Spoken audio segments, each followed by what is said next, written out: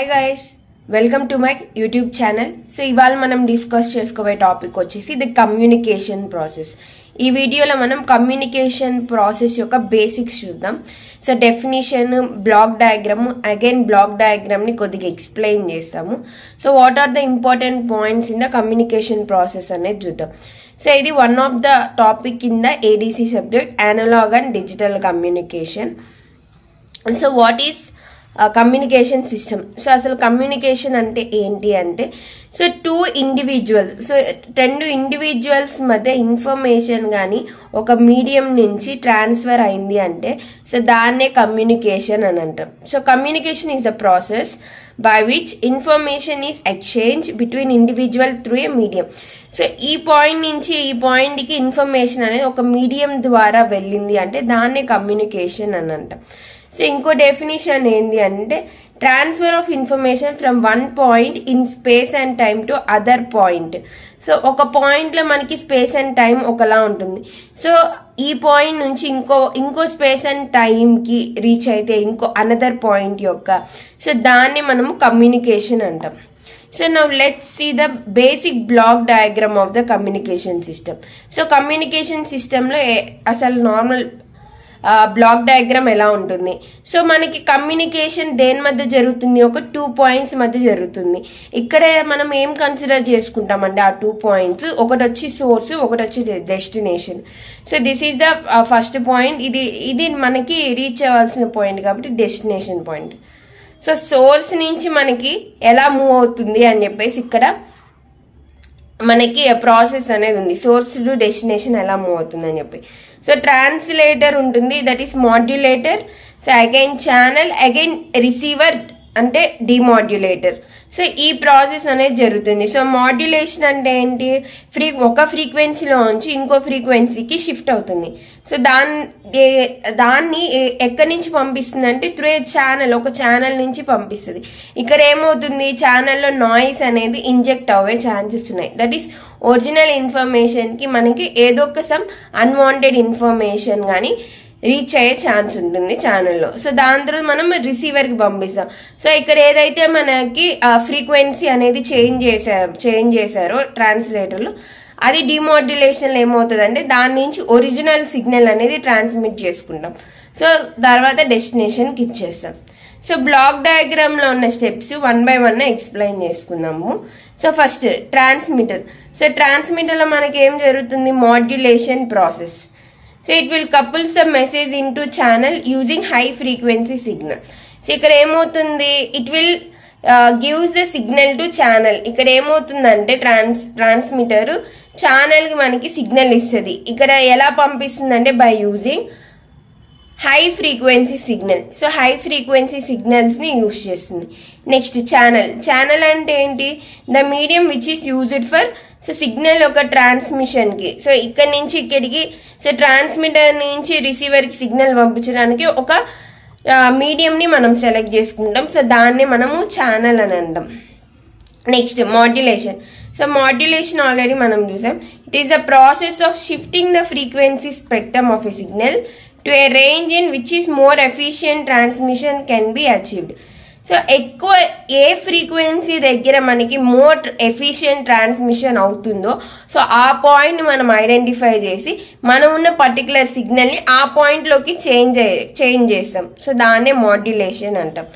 Next receiver ఏం చేస్తుంది? ఇక్కడ మాడ్యులేషన్ జరుగుతుంది, ఇక్కడ డిమాడ్యులేషన్ లో ఏమవుతుంది? మన ఒరిజినల్ సిగ్నల్ ని మళ్ళీ రీస్టోర్ చేసుకోవడానికి ట్రై చేస్తాం at the receiver. So receiver నుంచి మనకి డెస్టినేషన్ కి పంపించేస్తాం. సో నెక్స్ట్ వచ్చేసి డిమాడ్యులేషన్ అంటే ఏంటి? It is the process of shifting the frequency spectrum.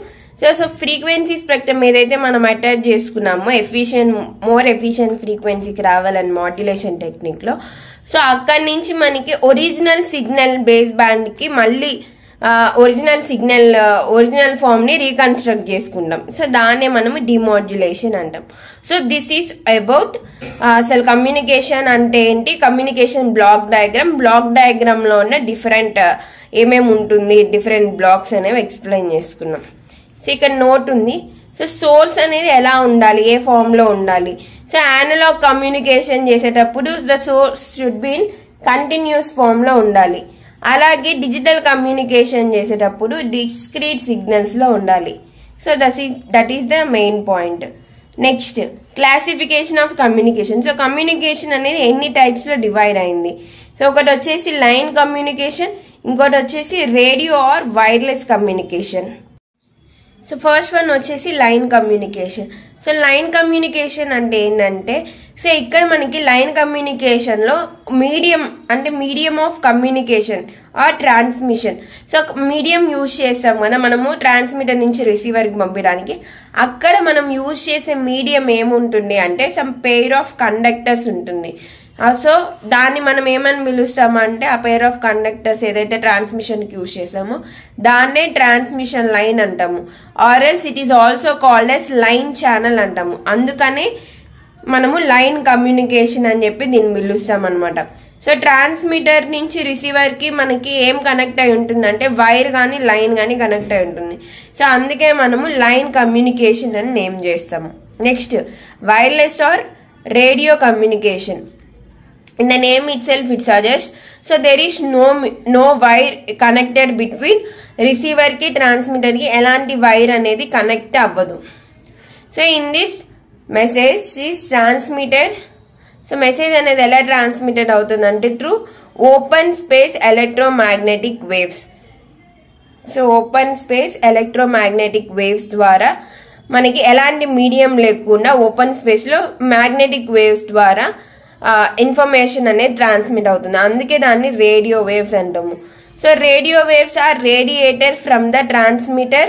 So radio waves ఎలాగా రేడియేట్ అవుతాయి అంటే ట్రాన్స్మిటర్ నుంచి రేడియేట్ అవుతాయి through open space through a device. So ఒక డివైస్ ని బేస్ చేసుకొని అవి ట్రాన్స్మిట్ అవుతాయి. సో దాన్నే మనము యాంటీనా అని అంటాము.